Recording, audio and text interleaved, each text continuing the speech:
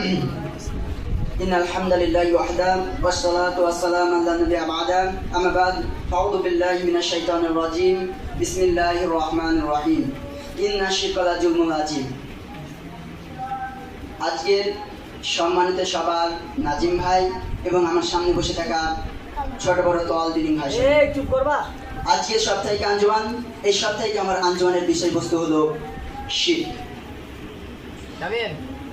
শিরক এমন একটি বিষয়, শিরক পৃথিবীতে সব থেকে বড় পাপ হলো শিরক করা। এর চেয়ে বড় পাপ আর পৃথিবীতে হয় না এই শিরক। যদি কোনো ব্যক্তি শিরক করে তাহলে ওই ব্যক্তিকে আল্লাহ তাআলা ক্ষমা করবে না। এই শিরকের ব্যাপারে সূরা লুকমানের 13 নম্বর আয়াতের মধ্যে লুকমান হাকিম তার ছেলেকে উপদেশ দিয়ে বলছে,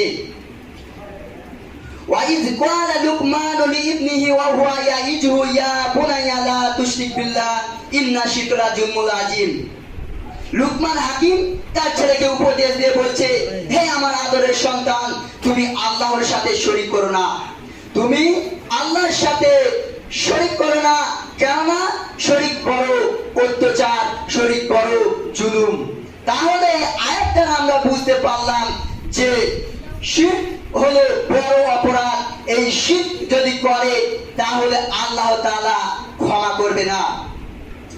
এর ব্যাপারে আল্লাহ তাআলা আরো বলেন, সূরা মাইদা 72 নম্বর আয়াতের মধ্যে বলেন, ইন্নাহু মান ইউশরিক বিল্লাহ ফাকাদ হারামাল্লাহু আলাইহিল জান্নাতা ওয়া মাহুন নার ওয়া মা লিয-যালিমিনা মিন আনসার। আল্লাহ তাআলা বলেন, নিশ্চয় যারা আল্লাহর সাথে শরীক স্থাপনা করবে ওই ব্যক্তিদের জন্য জান্নাত হারাম করে দেওয়া হয়েছে, আর তার বাসস্থান হবে জাহান্নাম, তার বাসস্থান হবে জাহান্নাম, এবং তার সহযোগিতা করার কেউ থাকবে না। তাহলে এই আয়াত দ্বারা আমরা বুঝতে পারলাম যে কোন ব্যক্তি যদি শিরক করে তাহলে তার জন্য জান্নাতকে হারাম করে দিবে আল্লাহ তাআলা, এবং তার বাসস্থান হবে জাহান্নাম, এবং আল্লাহ তাআলা ওই ব্যক্তিকে সাহায্য করবে না।